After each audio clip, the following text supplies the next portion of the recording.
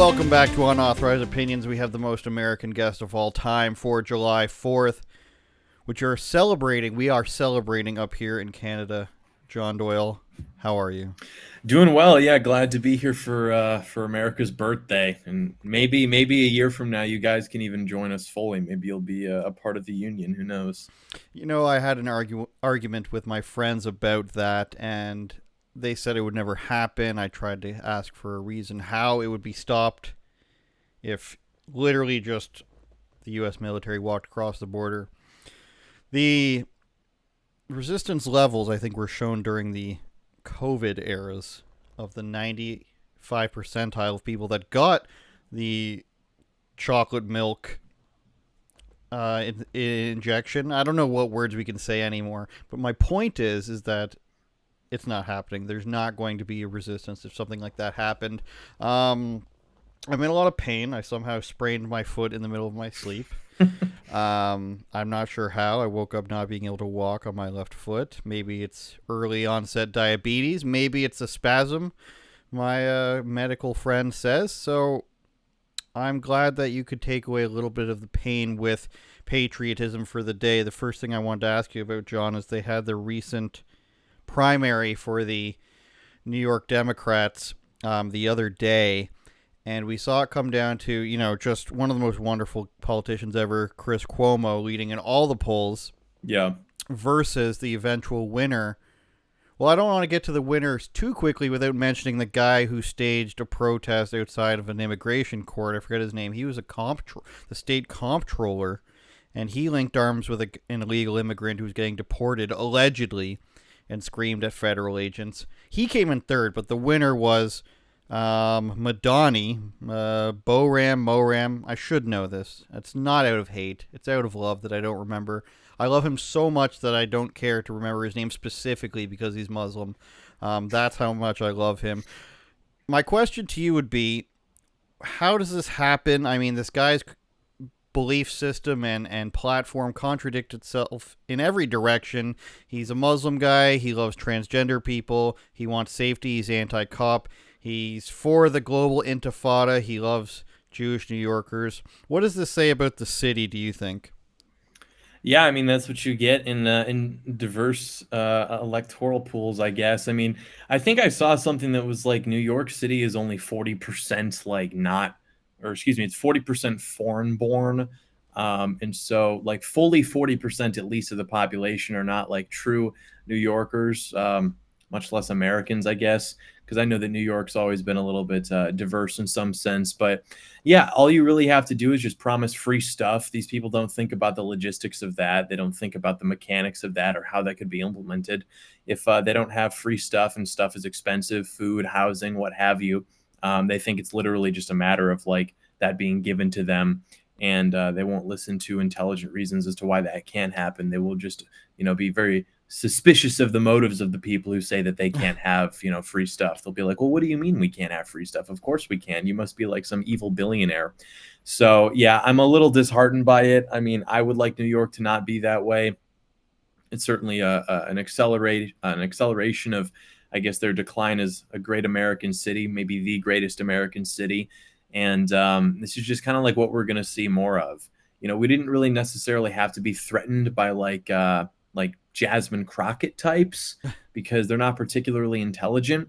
But when you get these like Indians and these Arabs and these people who can come into the country and they're a little bit smarter than some of the other demographics we're more used to, and they usually come to the country and they've got a little bit of money because they're from like wealthier castes of their home country, so to speak. They can actually like be a pretty intimidating or threatening like ethnic beachhead to Native Americans being us, not like Indians.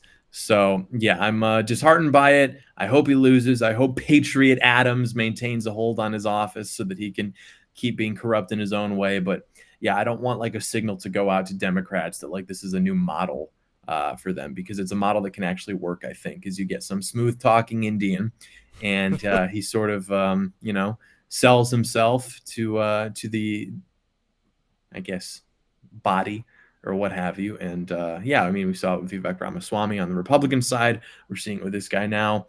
And that is something that could be very bad for Patriots moving forward. When right now things look like they're going to be pretty good for Patriots. So Just want to bring up that factoid there. It is according to this one, which comes from Wikipedia citing Data USA. I think 36% is allegedly a recent number, 2023, foreign born in New York City. Something to look forward to, John, is that in Toronto, Canada, it is now more than 50% foreign born. For that, so that's something for you guys to look forward to down there. I want to ask about some of his policies, one of which city-owned grocery stores. That sounds outrageous. And you mentioned this being a blueprint for the Democrats moving forward.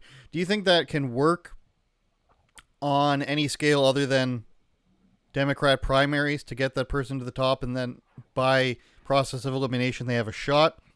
Or do you think they get to a higher level and it just fails? Sorry, I got something in my well, I head. mean, they don't really have any talent. So, like, this guy can never be president because he's literally like foreign, if Mm-hmm. you couldn't tell. But what that does do is show them like a way forward because right now they're sort of like wrestling between trying to appeal to like maybe the blue collar element, which they used to champion themselves as the, proponents of, or maybe like lean into the more woke stuff, but they don't really seem to have like something that works. And this model works because it does all of that. It does the sort of smooth talking Indian car salesman who will be whatever you want him to be. So if he's talking to one group, he's their best friend for this. If he's talking to this other group, he's their buddy. And so that is something which I don't know. Like Kamala Harris tried to do a little bit of that, but they held her accountable maybe more than they would with this guy because it's like a New York race. But I do still worry about somebody who actually is like intelligent and charismatic and can kind of like, fancy themselves as a breath of fresh air like this guy's been able to do. Trying to throw their hat in the ring on the national scale. I think that would be tough. Right now, like Patriots are in a good position because, we've got Trump, we've got Vance, we have the record, but people still are desperate to return to the pre-consensus and believe that it can be done correctly. And I see this all the time. Like people feel like they have to excuse that they voted for Trump or Vance. Like, well, come on, the other guys are so crazy. If people stop having that option, like being able to point across the aisle and be like, I mean, I had no choice. They're just so crazy. I think that people will really just want to return back into not being called racist all the time by the media and by their friends. Even if they're wrong and that's ridiculous, like people would prefer the path of least resistance.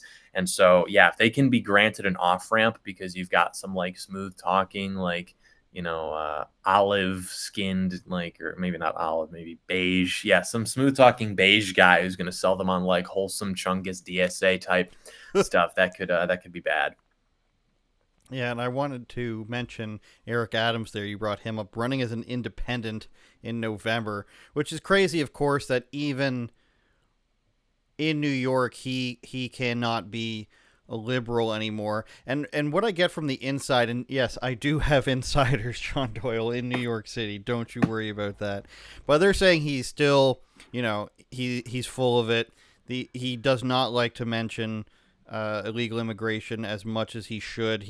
I'm told he knows exactly where all the worst criminals are, and he still does not give up their whereabouts to ICE. He recently went around and crushed a bunch of mopeds, and he made a big deal about crushing mopeds and mini bikes and dirt bikes, which are mainly done by African migrants and Venezuelan migrant gangs, purse and chain snatchings, little armed robberies and stuff like that. So that's good. But it isn't in his entire op-ed that he wrote about it. He didn't mention immigration whatsoever in it. So I think it's interesting that these days the Democratic Party's most moderate people have either left or they're John Fetterman. And I think we can all agree that John Fetterman, somewhere within him, is one of us. Yeah, yeah, I will say that's kind of bleak. Like we always do this thing where conservatives are like, oh, so and so is like in agreement with us on this thing. Let's like bring him over. Can you imagine if we did that for like John Fetterman, like a literal like vegetable senator? If we're just like, dude, hell yeah, let's get Patriot Fetterman on our side, and he, shows up and he's got his basketball shorts and he's just barely able to construct a sentence. Hey man, what if he believes he was a former professional basketball player? The big tent thing, it reminds me of a video with a friend of the show, Bryson Gray, one time trying to be introduced to what was the cross dressers? Was it Lady Lady Maga? Maga, Yeah, yeah. okay. And he just refused to participate. And this guy in a dress is like, "Why?" I always go to what is it? Bruce Jenner's. Why? I agree with him on so many things. And then Bryson was just not having any of it. The big tent idea. A lot of people do want to rescind into these positions that make them feel better. And I know people who are very much like that. They're about 6 months behind the Chapados household discourse, and then eventually they come around and be like, you know what, there are too many immigrants in this town. You know Yeah. what? They shouldn't have assisted suicide. He knows who I'm talking to, but he probably won't watch. But this is something that people need. They need to be more steadfast in their positions, because a lot of the time the political parties are listening to people. They are listening to the John Doyles. They are listening to the John Fetterman podcast. I don't know. I don't know any left wing. Who are the pasty kids on TikTok? I don't know their names. Right. They are listening to them, and especially up here, they are months and months behind only because they're afraid to present their true feelings on topics. If conservative in Canadian leadership came out and said, you know what, there's way too many Indians here. We need to start deporting people. You know what, like 80% of the country would agree on that, but they would be too afraid to say it, so they're not ready to say it. And I want to get your opinion on that. Is it smarter to play the political game in the long run to get the power, or do you think just go out on your shield and just say exactly what you mean? Because a lot of the times it ends up being the correct take, but they're too afraid to say it. Yeah, well, first of all, I would just say that, your situation up there, I mean, it's incredible to me that you still have people who would be afraid to just like acknowledge like there might be a few too many, because I mean, your demographic situation in just the last 10 years has become like insane. So the rate of change is one thing. Like in America, it's been more gradual, and then in the last couple of years, it's really accelerated because of the Brandon open borders policy. But I would say you do have to like play the long game. Like at the end of the day, do you want the victory? Do you want the problem to stop? Or do you want to just like blow off steam? If you want to blow off steam, there's a time and a place for that. There's nothing wrong with that. But insofar as you have like a political project, you have to treat it as such, which means you have to take it seriously. And so you have to articulate problems in ways that resonate with people, that can, get people who are capable and intelligent and wealthy onto your side, because otherwise you're just going to be relegated to the ghettos, and nothing good ever comes from the ghettos. And so, I mean, you even see this with like, how Trump ran. Like he was running on, mass deportations. Was he venting frustration about, I don't know, some of the maybe more unenriching elements of diversity? Like, no, he was saying, well, they're breaking our laws. They're breaking all our laws. I have a million problems with immigration, and whether or not it's legal is like probably in, the bottom half of that. I could probably think of 500,000 problems with it before I start to think about, I'm offended that they broke our immigration laws. Like, it's not so much the law. The law exists because of all these other problems I have with it. You know what I mean? So it's like if we took like, a busload of Canadians from your household and you guys cross the border illegally, am I going to have a bigger problem with that than I would a naturalization ceremony for like 100 Haitians or even one Haitian?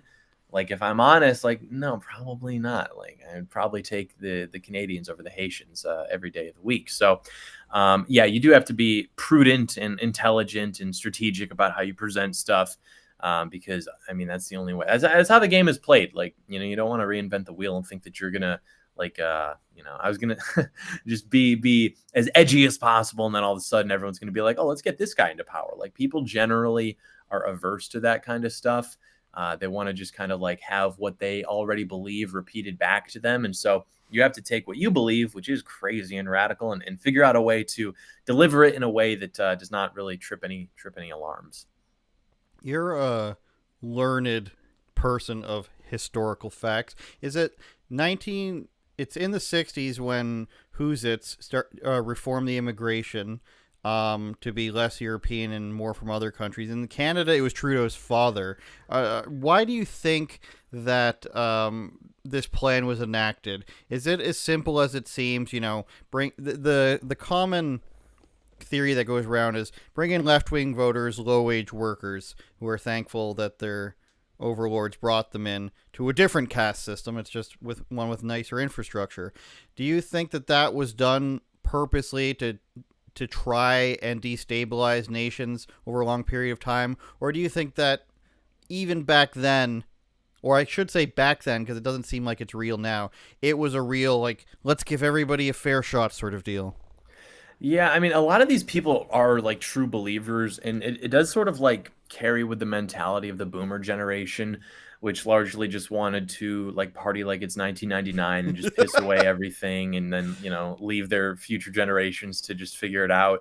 And so, yeah, you get a lot of like short term economic benefits if you're just going to like flood the country with cheap labor. But then, of course, that you start to come down from that. And now we're left to sort of like play cleanup, I suppose.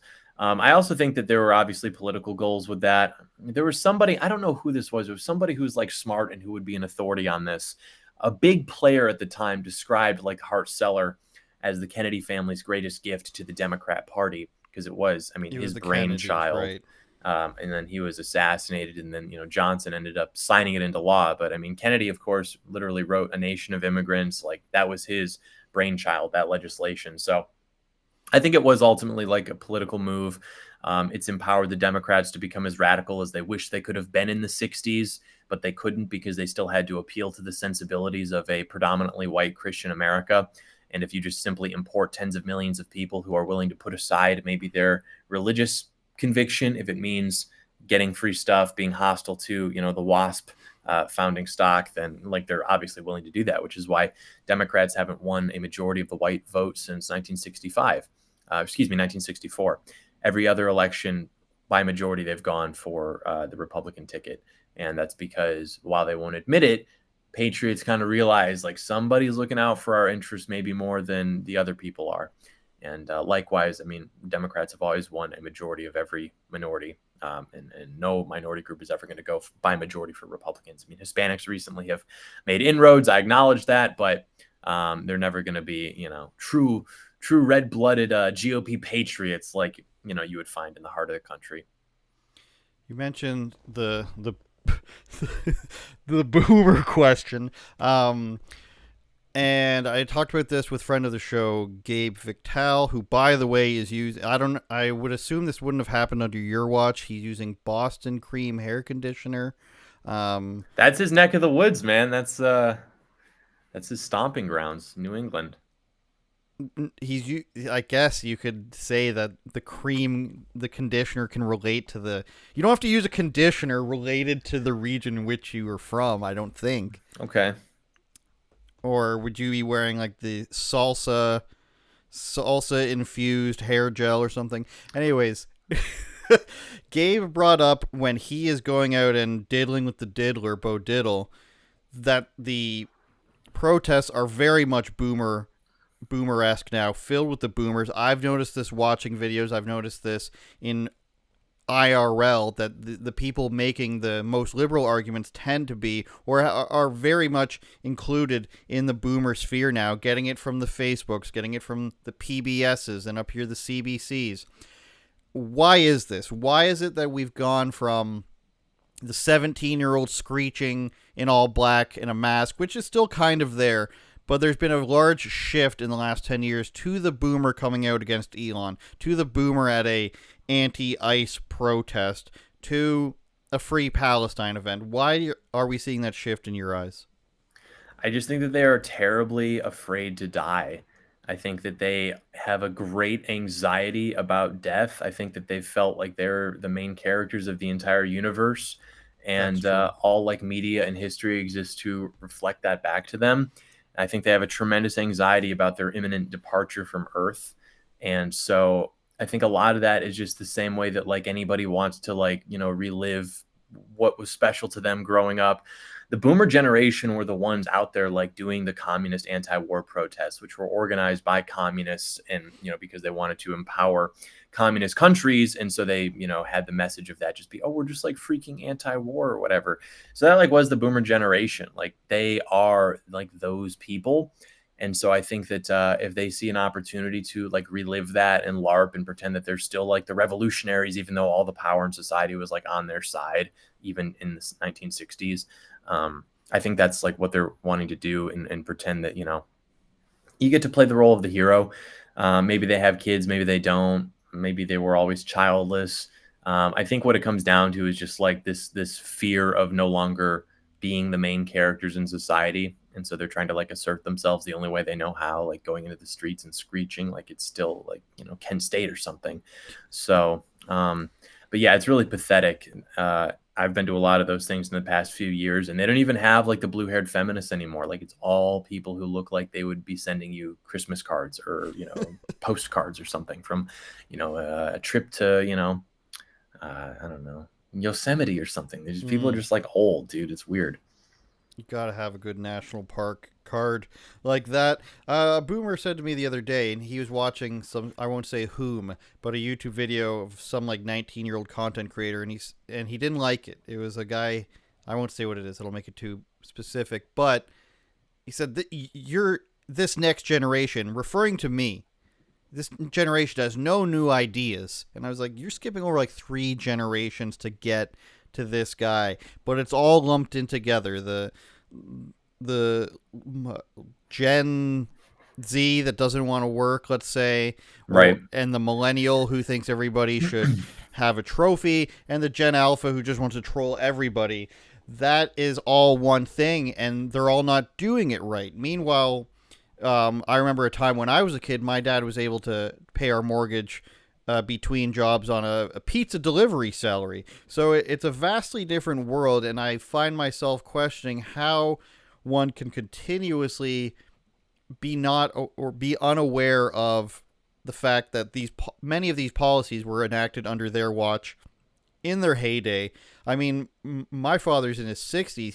He's still completely coherent, so he could, if he wanted to, he could have paid attention to politics right up to yesterday, but there's no real desire for that. It's this lack of curiosity when you're on the computer from a generation that kind of warned us. They were like, hey, don't believe everything you read. Don't give out your information on the computer to anyone. Don't try to hear things from all sides. Don't just believe something because somebody said it. And now it's on Facebook. It's fact. Those people are Nazis. They're killing a poor Maryland man, and we've got to put a stop to it. Yeah, I mean, like that which defines the boomer is simply the inability to understand that things have changed. Napoleon said that in times of revolution, do not do business with anybody under 40. Like they won't be able to understand, or excuse me, over 40. They won't be able to understand the situation. And it's not all. Like obviously, there are a lot of like people who are older who totally get it. But if you're looking at like on average, it's just kind of the cycle of things, I suppose. Your brain is no longer plastic. Your ability to understand new systems and things like that is just not what it was when you're younger and you're like taking all this stuff in. Your brain is very malleable and plastic. So, we grew up with social media, and so we understand that like people post stuff on there that's like not true and people mess around. Boomers are, and also because boomers grew up in a society which, for better or worse, was a lot more trusting and a lot more earnest and sincere. So when a boomer reads something on Facebook.com, because of the nature of the platform and because of the society that they grew up in, they don't understand that like some people will just get on there and like lie to you because they're evil or because they think it's funny. So that's why they're just getting totally one-shotted by like AI and by, fake news and all this hysteria. Like they really believe that it's true. They believe that like the big evil bad guy that they've been watching in Hollywood for their entire lives is now finally here and it's finally true. And so, you can waste your time explaining this to them until you're blue in the face, or you can just kind of like nod along and, okay, all right, grandpa, whatever you say. Well, it's usually the women, actually. The guys aren't so bad, but, When I say things like the boomer question, I think people start to think about eugenics and stuff like that, but that's not what I'm saying. I'm simply suggesting akin to Australia's COVID camps, but with access to Facebook and YouTube, and perhaps their favorite baked good, maybe a quiche, maybe a shepherd's pie, which I'm a fan of. If we can sort of forcibly, in a nice way, contain, and I'm including my parents in this, by the way. I'm not selfish. I'm for the cause. My father, you have to put him in a bilingual camp because he speaks French and English. You put a nice a case of Diet Pepsi in there. You put some poutine in there. You put access to old Chris Farley movies. He's not going to have to go anywhere. Let him shingle a roof every once Yeah. in a while. He's going to be fine. And I think you'll find that as time goes on, people will be more in agreement with this. This perhaps was what the advent of the retirement home was based off of. But I'm thinking many homes in a larger plot of land with less freedom. Yeah, dude, they put their parents in retirement homes. They invented that, didn't they? Isn't that true? My grandmother was in a retirement home, smelled like pee. Like, and Very that's the true. thing. And again, my parents are boomers and they're good people. They don't have a lot of the traits that like we don't like in baby boomers. And I meet a lot of like people who are conservative, who are very good people of the boomer generation. They don't like this stuff. But every generation does have things about it that are bad, just like every generation does have things about it that are good. And boomers are very, very, very hair trigger sensitive to accept any criticism of their generation, which maybe any generation is going to be like that. It's kind of just like, respect your elders kind of thing. But I mean, boomers really don't like it. But there's something about that, dude. They invented the idea of like putting parents into retirement homes.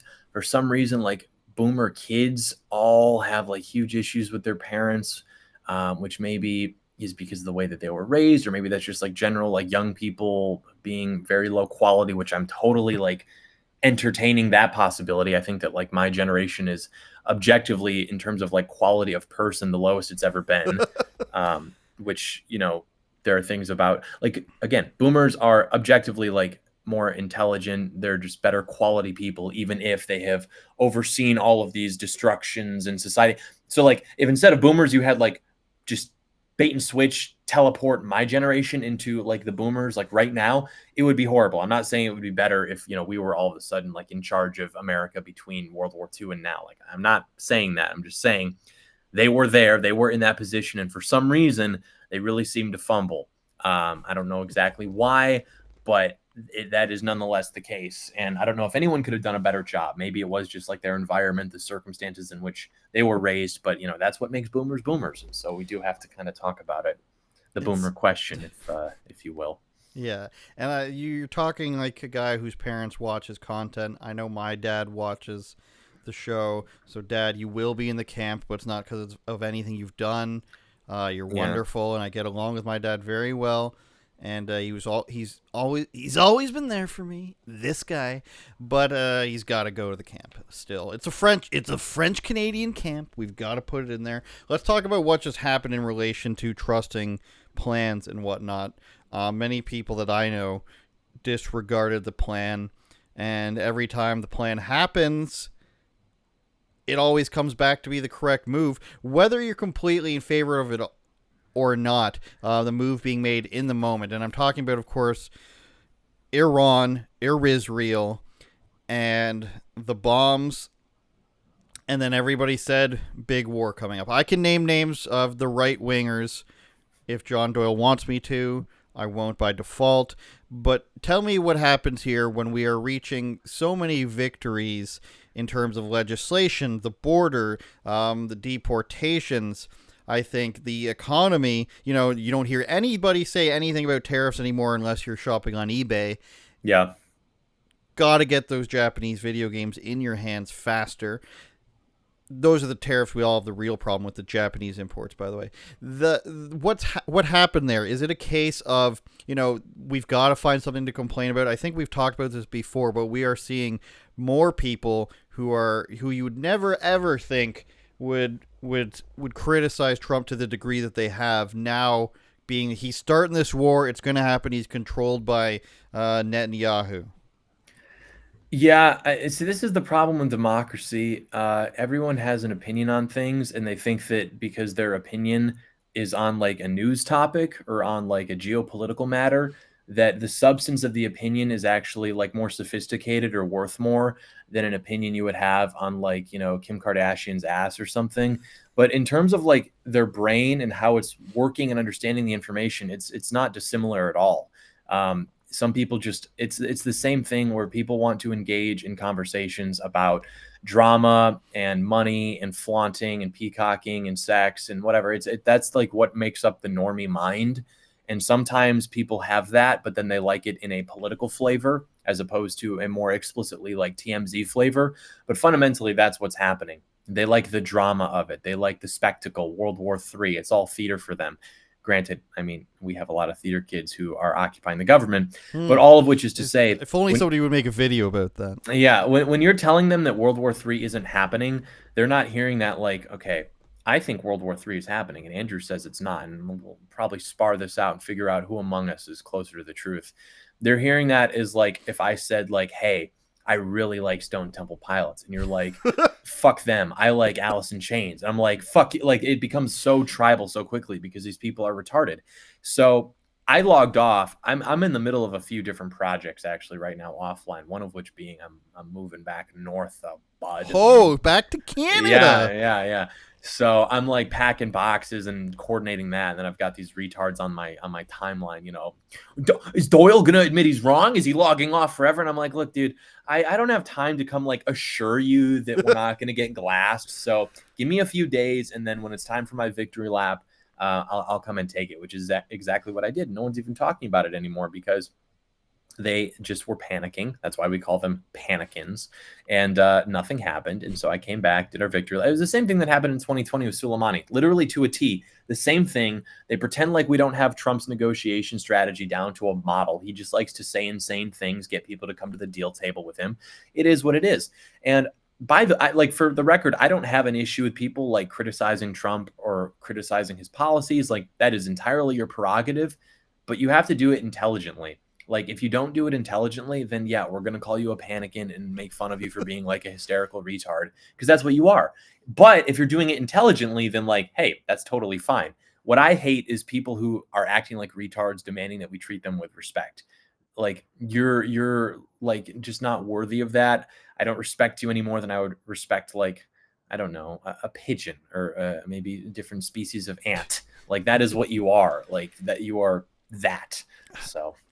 And I want to get to you moving in a second because I do think you're moving back to Canada. Breaking news. Yeah, this is an news. Andrew exclusive. Andrew says exclusive.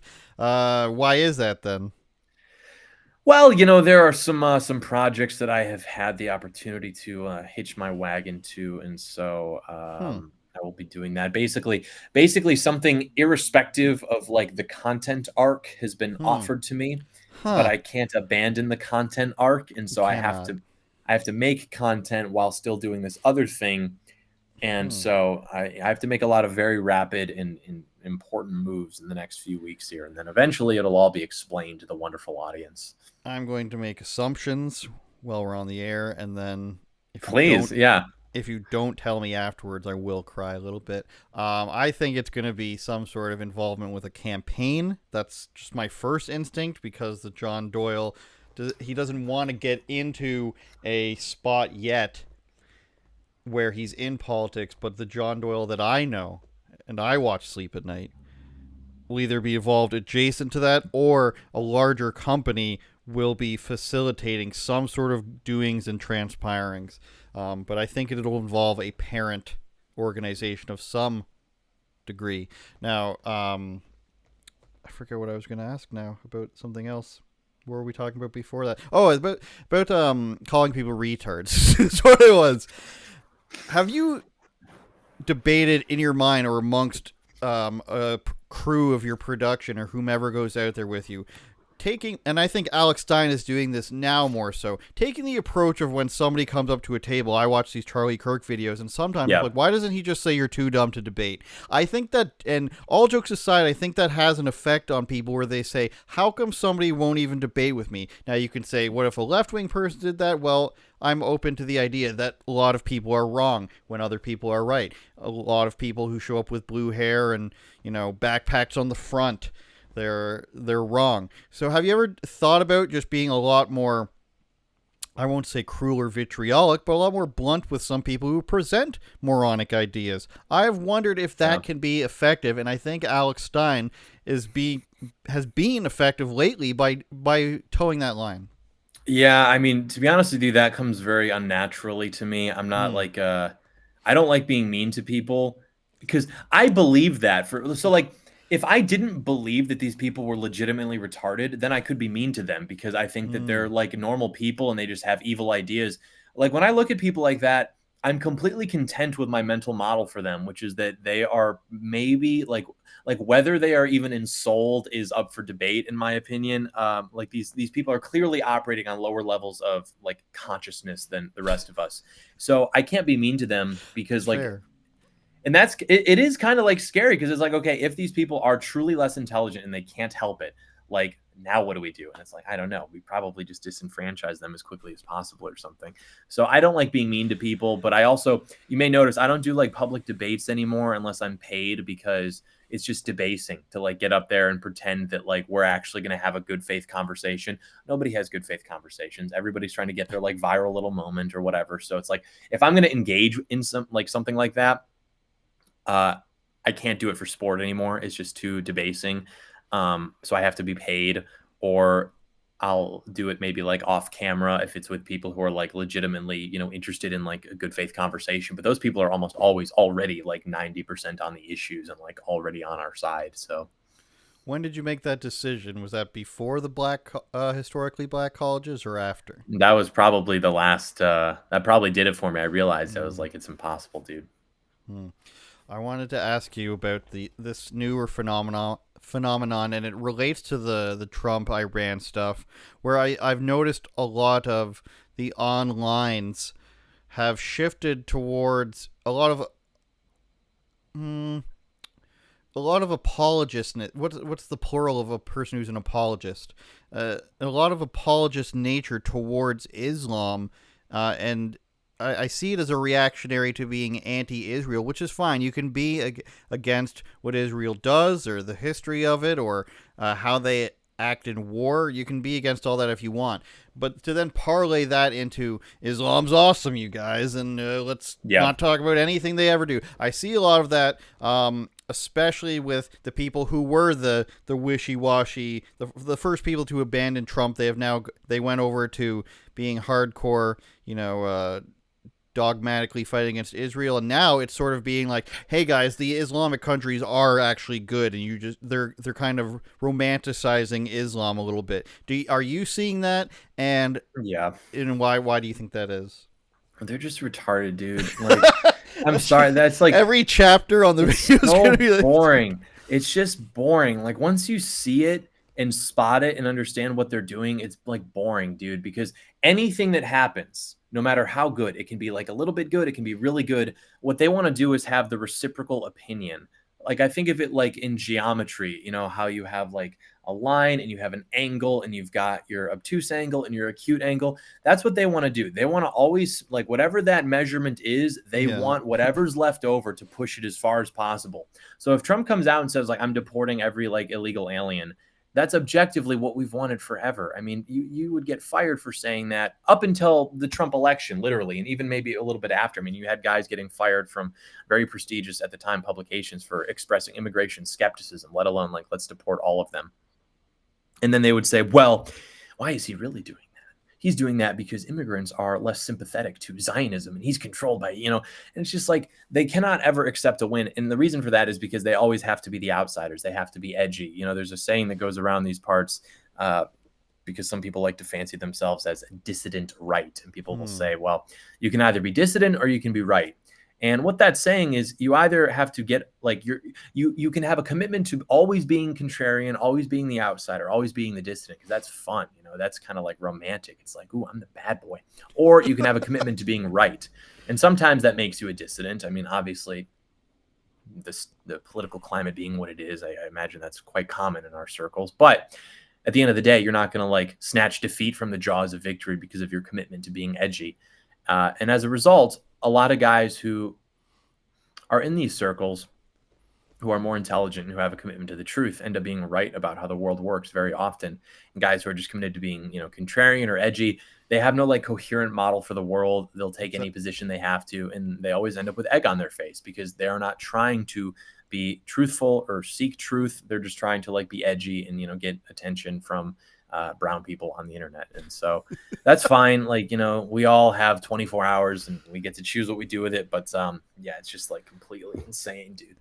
I'm sure you know some of the people that are there. There are secret group chats, as I'm sure you're aware of. A lot of these people, I've been told, where they are discussing a lot of this stuff, and you see the language get rolled out, and and these people almost don't know that they're doing it.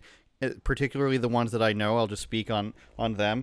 It kind of reminds me of, you'd see a bunch of interview videos in like 2018, and everybody would have the same actually response. Yep. And you'd be like, I know exactly what your argument is before you get there. I'm seeing that a lot with these people. Well, they will use terminology that the sneakos and such will use, and phrases, Yeah. which I see people do with your phrases as well. While we're on that subject, I see people use a John Doyle phrase, and I'm just like, you didn't make that up. Like, like, I know you didn't make that up, and I know you just watched his video or something. Yeah. And they'll be like, why are you criticizing Islam whenever I mention Israel? It's like, because you do not have this worldview of where in history Islam hasn't been the greatest, you guys. I'm just gonna put that out there, as they haven't been the most friendly religion to the West, and to immediately jump ship to that as a contrarian opinion. I think, I always go to this, like, play a real-time strategy game one time. And a lot of these people have, but they still reject it. So that's interesting. Some of these people have surprised me in how far they've been willing to go, but some of these people have also been I told you about Trump, I told you about this, and I told you about that, and now I'm telling you about Iran. So it kind of falls in line with that. So when you move back to Dearborn, Michigan, and become Islamic, what will be your first hadith that you follow? Well, I'm not moving anywhere near there. So, we don't have to worry about that, which is good because, I don't like those kinds of people. Not one bit, actually. I find them to be annoying. They're all strivers, dude. It's a new kind of immigrant. Like, they all douse themselves in cologne, and they, dress up like clowns, trying to look like, I think the term was hype beasts. And they go out and they mob around and they try to get attention from nice white girls, and it's just like the cringiest like shit that I've ever seen in my life, dude. They're so annoying, and they're all like have weird physiques. Like, they're all like 29% body fat or something. Like, it's just like weird, dude. It's like they're not quite fat, but they're not quite like not fat. It's like this weird uncanny valley. And because, again, these are like phenotypes which my mind has never seen before. Like, I understand how like white people are built. I understand how black people are built. I understand what they look like when they're in shape, out of shape, big, fat, short, skinny, whatever. Now I'm seeing these new phenotypes from countries which were never supposed to be anything but like, an exotic unit in like third grade history class or something. And they're coming here, and the way that their body is like put on fat or put on muscle, it's just like weird, dude. And then the clothes, the way the clothes fit them. This is what I see now if I make the mistake of going to a shopping mall. It ruins the experience for me. I don't like it. It's that great Kali body type I think you're talking about. Yes, dude. It's like weird. I don't like it. Oh man, let me bring up Great Kali. He's looking pretty fresh in this photo. Oops. He's looking pretty cool there. Not gonna lie. But note Brave browser Patriots at home. It's not working. There he is. The Great Kali body type. Yeah. Hype Beast just takes me to like immediately reminds me of World Star Hip Hop or something like that, or maybe a mixtape website from 2011 that I was downloading Lloyd Banks albums off of, or something like that. Something to that regard. Yeah. I have two things before I let you go. One is I really want to get your thoughts on this. This is the under 15 boys Swiss soccer team up against the professional national women's Swiss soccer team, and we will see that it goes very poorly for the women. And I'm wondering, just as a quick hit from John Doyle, what are your thoughts on I don't think these girls are pretending, but there is still the downswing as we have, the executive order and countless Title IX things popping up, investigations, and now decisions. Do you think this changes the transgender in women's sports or the male in women's sports, or do you think now this is just something that's going to be a forever battle where they're going to try to sneak a guy into a girl's sports even though 14-year-olds can beat professional women at soccer 7-1? Do you think this is going to continue to be an argument, much like the climate change? Global warming pops up every 10 years, the wage gap. Do you think that's going to come back again, or do you think we're kind of going to be done with it for good soon? Because as I watch this, I'm just like, yeah, I know that happens. It happens all the time. They train with 14-year-olds for a reason, and it's still shocking to people. Yeah, it'll probably continue because, first of all, the technology behind churning out is getting a lot better, and so it's harder to tell. They're taking hormones at earlier ages, and so they'll be able to just kind of blend in. What is Um, pruning out is what it is. yeah, and then also, I don't think that anyone actually cares about like women's sports because the purpose of women's athletics, especially at like the more professional levels, is not actually because anyone wants to like watch women compete. It's to basically like it's a To jobs ogle program. them. It's a jobs program for women who are built unlike women. It's a jobs program for women who have unusual characteristics about themselves. You think the WNBA, which I don't think has ever been profited, like it's a subsidized like Correct. industry, that does not exist because anyone wants to watch. Obviously, otherwise it would be profitable. It exists because what are you going to do with women who are like 6'2"? Like, what else are they going to do in society? They're not going to be models. They're going to have a tough time getting married. You have to award them the status of you're a professional basketball player. Are you any good? No. Have you ever seen like the reels that they make? But you're tall, and so we'll put you in a uniform. We'll put you on a court. We'll give you a ball, break a leg. Like that's what that is. And soccer, things like that, a little bit different. But in any case, yeah, it's a form of feminism, I think, because it's like, what else are you going to do with these women? So they're not going to be girl bosses. They're not exactly going to be housewives, I don't think. But so as a result, because it's not so much about like the integrity of athletic competition between women at the professional level, like, yeah, you're going to get a guy in there every now and then. I think on this very sexist podcast, I'd like to point out that a lot of these leagues, especially college women's athletics, have become like literal farming systems for, girls' e-girl accounts. If you look at college athletics, this has become. I love that they can get these NIL deals in college, even though nobody's watching women's softball, or maybe pervs are watching girls' gymnastics or something. But this is what it exists for. And you talk about the WNBA. These girls are all making money just by selling themselves online. And there is not a journalist out there who's writing about the WNBA that's a man on some of these right-wing websites that is actually enjoying it. Now, I was willing to say, hey, Caitlin Clark is probably the best women's basketball player of all time, and she was refusing to say all this stuff. They're pressuring her every single day to be super woke, and she won't do it. And then she goes and says, I don't deserve my success because I'm white. So that for me was just like, all right, back into the trash bin you go. I will uncrinkle the paper to make fun of you in a literary sense every once in a while, which I did today. But the coverage of Caitlin Clark does it again, you guys. Oh, look at this next big star in the WNBA. Their balls aren't smaller, and it's just, I don't understand why there's still this. Maybe they're just trying to get a niche market going, but I don't get it. I can't say I'm going to respect somebody who's just like, well, did you see the Sparks last night? Here's what it is. I've never in my life heard anybody talk about the WNBA unless it was in a political context.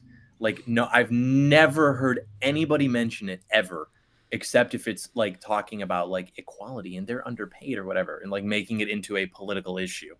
So, what I'll leave you with, John Doyle, is a story from the guy who runs my local retro video game store. He is a pre-2020 Indian guy.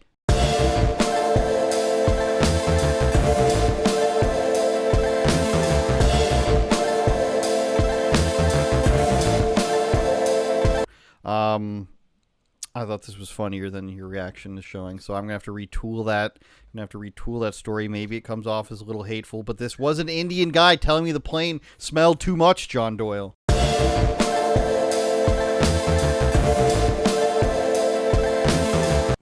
Making racist comments towards one another. It's empowering. John Doyle, 4th of July, Unauthorized Opinions. We thank you for being here. He's on his way to become an imam in Michigan, maybe even Minneapolis, a Could be. Somali imam. Breaking news, John Doyle, John Muhammad bin al-Shabar Doyle, Dearborn, Michigan. Take us home, John. What's your final thought? I could not have said any of that better myself. I promise you I would not have said that.